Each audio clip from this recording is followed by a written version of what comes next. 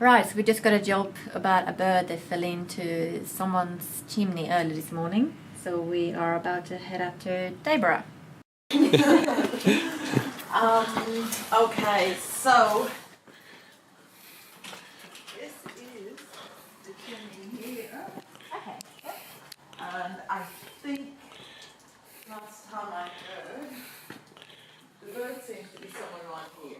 That's right, I'm just going to go and grab it. I was just getting ready for the day this morning, and I heard a clatter in the chimney and realised a bird had fallen right down the chimney and was stuck. It had its family group outside that had gone now, but they were very distressed. The bird was very distressed. I was getting distressed, and I didn't know what to do. I called people who could maybe. I called the RSPCA, and now we're here at and actually a grey-crowned babbler. Yep. So it's the deflection plate.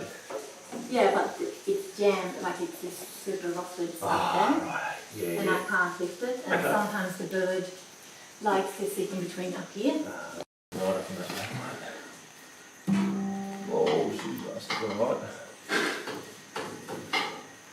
Just have this corner.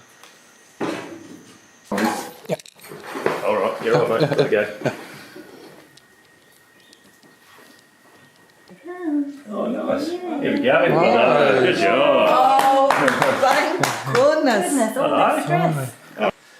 Yeah, the whole family of them come around. I think they're fairly migratory, those ones as well. Yes, because we don't usually see them about. No. Is this an unusual thing?